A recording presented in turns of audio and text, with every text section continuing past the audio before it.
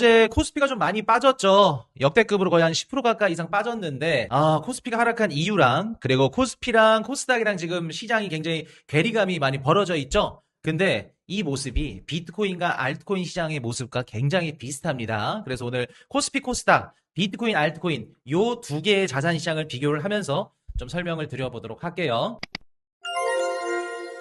어제 코스피가 좀 많이 빠졌죠. 어제 놀라셨을 겁니다. 국장 투자하시는 분들.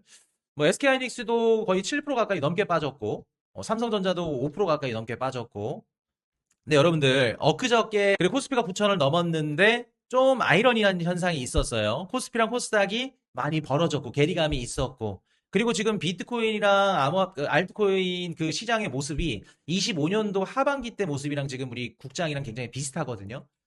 본질적인 그 이유가 뭔지, 그리고 왜 이런 현상이 지금 발생하고 있는지를 한번 비교를 하면서 설명을 드려볼게요. 자, 여러분들 25년도 말에 기억나세요?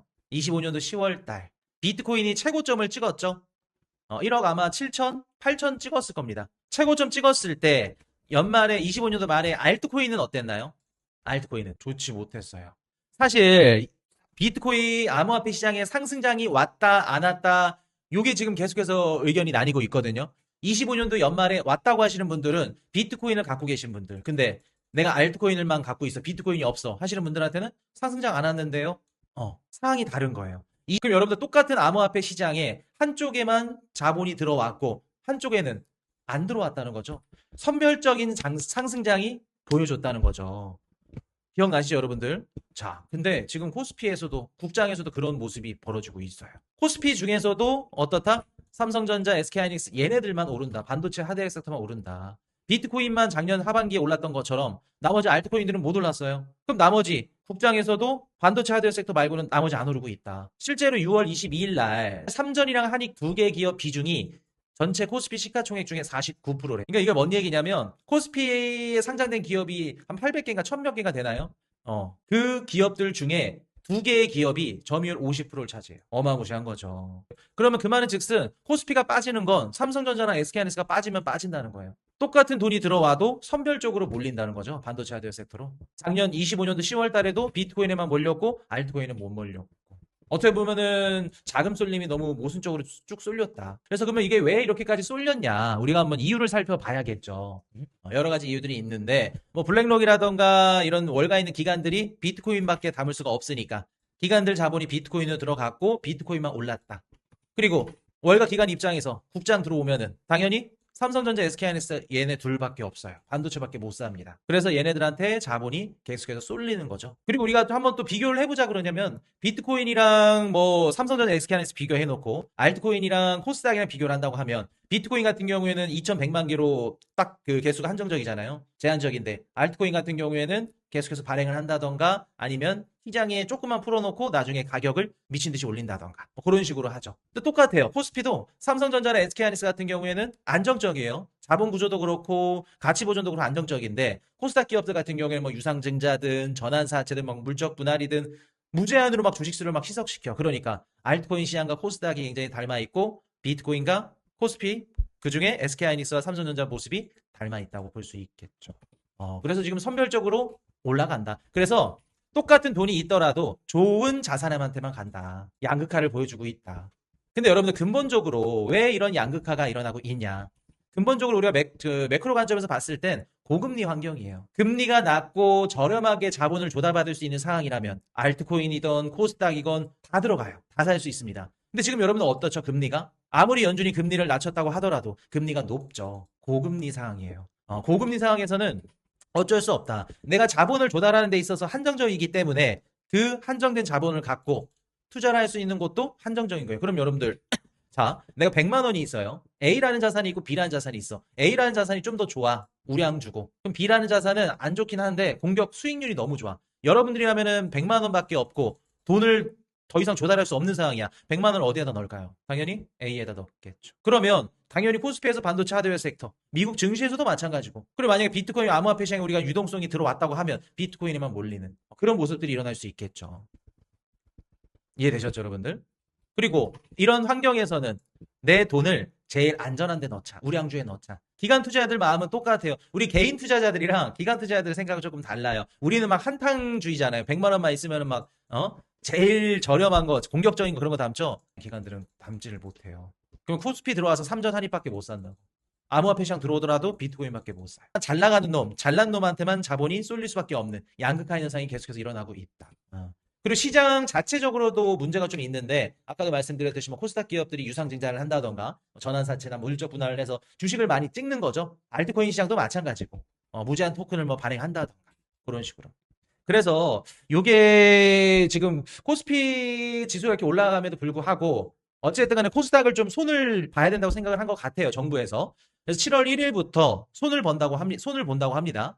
수술에 들어간다고 해요. 근데 이제 누구를 좀 본따서 누구를 좀 그 레퍼런스를 삼아서 가냐면 일본. 세 단계로 좀 수술을 한다고 하거든요. 일단은 얘네들이 어떤 식으로 하냐면은 시가총액을 40억, 150억, 그리고 200억, 300억 단계적으로 인상을 한대요. 요거 시가총액 안 되면은 이젠 상장 폐지 당하는 거예요. 미달이에요. 그럼 여러분들 7월 1일부터 코스닥에서 상장 폐지될 수 있는 기업들이 이제 나온다는 거예요. 그래서 강한 놈만 살아남는 거죠. 40억, 150억, 200억, 300억까지. 그럼 200억 미만이 지금 코스닥 전체 한 11.8% 정도 되거든요. 얘네들은 끝난다는 거예요. 그럼 나중에 살아남는 애들은 좀 경쟁력 있는 애들이 살아남겠죠. 그래서 그 우리 축구팀 보면은 프리미어리그 봤을 때 뭐 1군, 뭐 2군 이렇게 있죠. K리그도 K1, K2, K3 이렇게 있는 것처럼 프리미엄 1군, 시가총액 높은 애들, 우량 기업들, 코스닥 중에 나눠놓고, 그 다음 2군, 3군, 이런 식으로 나눠놓는다는 거예요. 그래서 좀 구체적인 디테일한 좀 그 가이드라인은 7월 1일 날 이게 변경이 되고, 그리고 2단계가 9월 말부터 10월 초, 싹 바뀔 겁니다, 코스닥. 그래서 구체적으로 1군 편입 기준이 뭔지 대상 종목도 명단을 확정지어서 발표를 한다고 해요. 그럼 1군 리그로 만들어지게 되면 반도체 업종 비중도 28%에서 50%. 왜냐하면 쏠림 현상이 일어나니까. 코스닥에 몰려있던 유동성이 어쨌든 1군 쪽으로 쏙 가겠죠? 그러면서 반도체 관련된 기업들은 비중이 조금 더 커질 수 있다는 거예요. 이게 나중에 우리 알트코인 시장에도 똑같이 될 수 있거든요. 알트코인도 메이저, 그리고 뭐 중메이저, 최하위 이런 식으로 나뉘는 거예요. 그럼 나뉘는 기준은 뭐냐? 뭐 미국 그 제도권 내에서 거래할 수 있는지, 아니면 ETF 관련된 상품들에 소속이 되어 있는지 이런 식으로 갈리게 될 거예요. 물론 지금은 아니지만. 하이닉스 7월 10일 나스닥 상장 예정. 맞아요. 상장한다고 하죠. 자, 근데 이게 어딜 걸 따라했냐? 일본 걸 따라했어요. 여러분들 지금 이거 코스닥뿐만 아니라 뭐 한국 정부에서 하고자 하는 이런 그 증시 개혁안들이 있죠. 다 1년, 2년 전 일본에서 했던 것들이에요. 이게 뭐 따라했다 나쁘다는 게 아니라 어쨌든 이렇게 바뀌긴 해야 된다. 전 좋은 흐름이라고 봅니다. 그래서 일본에서도 1군, 2군, 뭐 스탠더드, 3군 그로스 이런 식으로 나눠놨거든요. 세 단계로 나눴는데 어떻게 봤을 때는 이 나누고 나서 니케이 증시가 엄청 많이 올랐거든요. 거의 한 3, 40% 가까이 올랐어요. 올랐는데 살아남는 놈한테만 유동성이 가니까 2군, 3군한테는 이제 안 가는 거지. 거의 뭐 의미가 없는 게 3단계에 속해 있는 기업들은 의미가 없는 거예요. 그로스 시장을 1년 넘게 제자리고. 그러니까 1군만 살아남는 시장이란. 그래서 우리 방송을 보면서 난 코스닥을 갖고 있어요. 근데 좀 시가총액이 낮고 좀 1군에 포함되기 힘들 것 같아요. 그러면 지금부터라도 좀 준비를 하셔야 돼요. 미리미리 대응을 하셔야 된다. 그리고 알트코인은 뭐 지금 우리가 대응할 수 있는 부분이 없고 사실상. 그래서 이게 어떻게 보면은 나중에 코인 시장도 나중에 메이저들 살아남고 좀 힘든 애들은 또 죽을 수도 있고 혹은 그 중에서도 또 살아남을 수도 있고 비슷해요. 가는 모습들이. 그래서 코스피랑 코스닥, 비트코인과 알트코인 시장 비슷하게 간다는 거예요. 자, 그럼 여러분들 어제 코스피가 왜 떨어졌는지 한번 살펴봅시다. 좀 유의미하게 한 10% 가까이 넘게 빠졌죠. 빠진 이유를 봤을 때 가장 본질적인 이유는 뭐 MSCI 지수에서 뭐 그 리밸런싱이 5월 말에 종료가 됐네. 뭐 파이낸셜 타임스 그 주가 지수 그거 떨어졌다. 리밸런싱 6월 19일까지 마무리라 해서 이제 끝났네. 의미 없다. MSCI 뭐 파이낸셜 타임스 주가 지수 의미 없다. 제일 영향을 많이 끼쳤던 건 레버리지야, 레버리지. 꼬리가 머리를 잡아 삼킨다고 말씀을 드렸었죠. 지금 단일 종목 레버리지 ETF가 나왔죠. 이거 나오고 나서 아마 국장 투자하시는 분들 좀 눈에 띄게 느끼셨을 겁니다. 가격이 막 올라갈 때 막 폭발적으로 올라가고 떨어질 때는 막 이렇게 떨어지고 좀 못 느끼겠어요? 5월 27일 이후부터 나왔거든요. 레버리지 ETF가 5월 27일 날 나왔어요. 5월 말부터 6월 달에 국장 변동성 엄청 심하지 않아요? 요거 레버리지가 나오고 나서 하여튼 우리 한국이나 중국이나 도박의 민족이에요. 도박을 왜 이렇게 좋아해? 레버리지를 좋아해? 응? ETF 요거 레버리지 2배짜리 나오고 나서 2주 만에 개인 투자자 자금이 8조 7천억이 몰렸어요. 출시하고 나서 일주일 동안 거래 누적 대금이 거의 60조 원 가까이, 58조 원. 그러니까 레버리지 엄청 많이 한다는 거죠. 그럼 여러분들 이게 레버리지 ETF 상품이 활성화가 되면 올라갈 때 막 폭발적으로 올라가거든요. 10%씩. 시가총액이 크더라도. 근데 떨어질 때도 10%씩 떨어져요. 꼬리가 몸통을 흔든다 그러죠? 몸통 흔들면 머리까지 흔들어요. 이게 웩더도 현상이라고 레버리지가 현물 시장을 잡아먹는 거예요. 지금 우리 암호화폐 시장이 웩더도 현상이죠. 그럼 여러분들 봅시다. 자, 그리고 왜 코스피가 또 많이 빠졌냐? 그걸 한번 볼게요. 많이 빠진 이유 중에 또 한 가지가 뭐냐면 한국에서 미실현 그 수익에 대해서 과세를 매기겠다 그러죠. 여러분들 주식, 부동산, 미실현 수익에다가 과세를 매기겠습니다. 이게 뭔 뜻이냐면 내가 삼성전자를 1억에 샀어. 근데 주가가 올라서 1억 5천이 됐어요. 안 팔았어요. 계좌에 그냥 갖고 있는 겁니다. 근데 5천만 원이 이게 수익이 났으니까 이거를 세금을 내야 된다는 거지.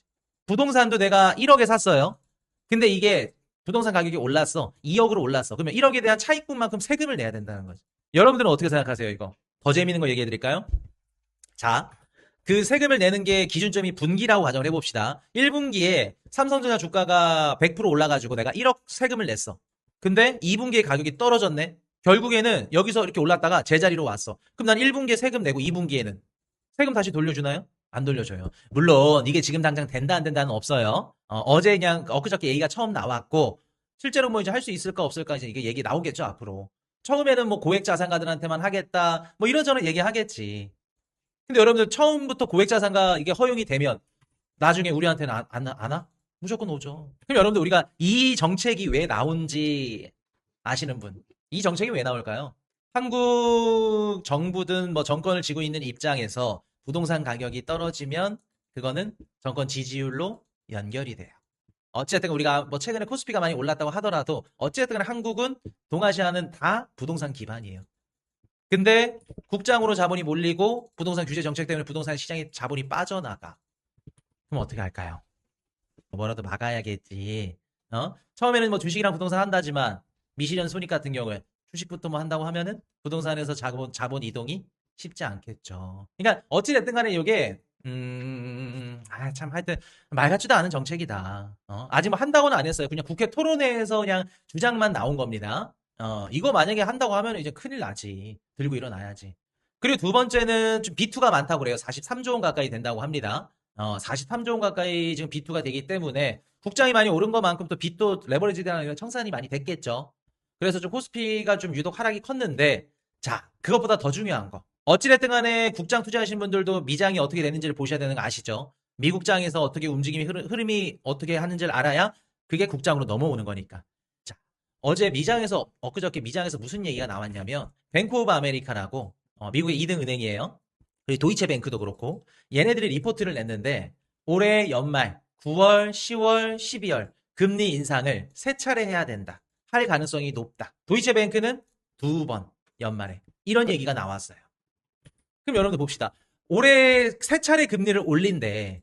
그럼 주식이고 뭐고 뭐 반도체고 AI고 어떻게 될까 다 비트코인이고 다 누울 수밖에 없겠죠. 여러분들 지금 이제 올해까지 얼마나 남았다고 7, 뭐 8, 9, 10 FOMC 뭐 네다섯 번 남았는데 그 중에 세 번을 금리를 올린대. 그럼 당연히 주식 빠져야겠죠. 요 보고서 나오고 나서 그 다음날 코스피 10%쭉 빠져요. 미국에서 금리를 올린다는 건 한국도 쉽지 않겠구나. 반도체 AI 섹터 흔들리겠구나. 뭐 구글에서 뭐 인원이 뭐 클로드로 갔다 뭐 그런 이유들도 있겠지만 그럼 여러분 우리가 현실적으로 한번 생각을 해볼게요. 미국이 올해 세 번 혹은 두 번 금리를 올릴 수 있을까요? 여러분들은 어떻게 생각하세요? 금리 올릴 수 있을까요? 금리 한 차례는 올릴 수 있다고 봐요.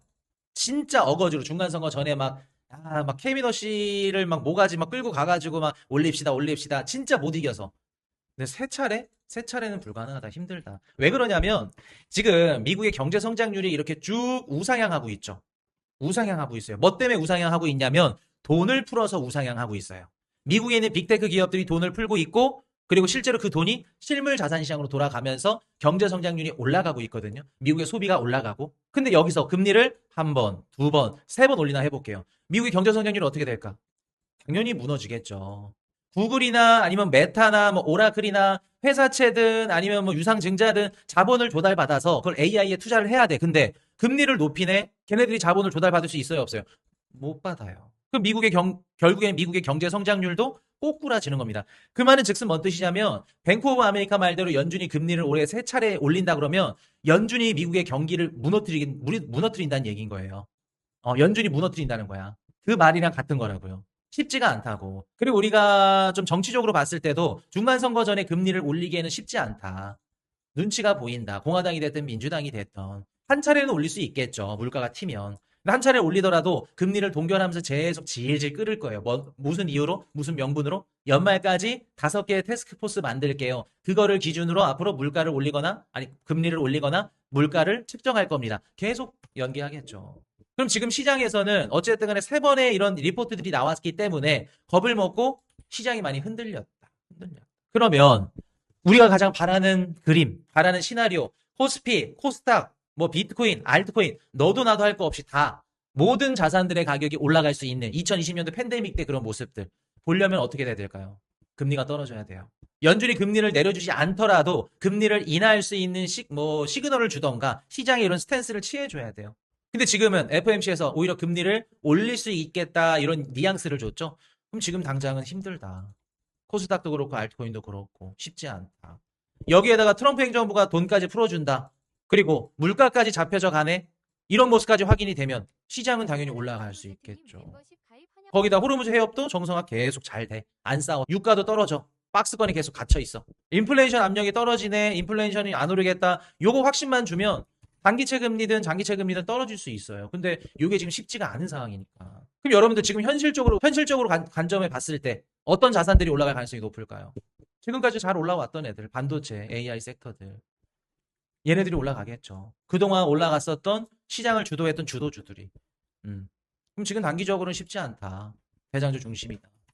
지금 어떤 흐름인지. 그래서 지금 코스피, 코스닥 양극화 현상이 굉장히 일어나고 있죠. 근데 이 양극화 현상은 25년도 하반기 비트코인과 알트코인의 모습과 같다. 지금 26년도 비트코인, 알트코인 뭐 둘 다 눕고 있으니까 뭐 지금의 모습은 아니겠지만. 그럼 우리가 작년도 그렇고 이번 코스피, 코스닥도 그렇고 한 가지 알 수 있는 건 올라가는 놈만 오른다. 시장에 살아남는 놈만 오른다. 그럼 시장에서 어떤 놈들이 살아남냐? 지금 당장 매출을 발생시키고 실적이 받쳐주고 당장 돈을 버는 애들. 나중에 벌게, 다음 달에 벌게, 내년에 좋을 거야. 그런 애들은 못 올라간다.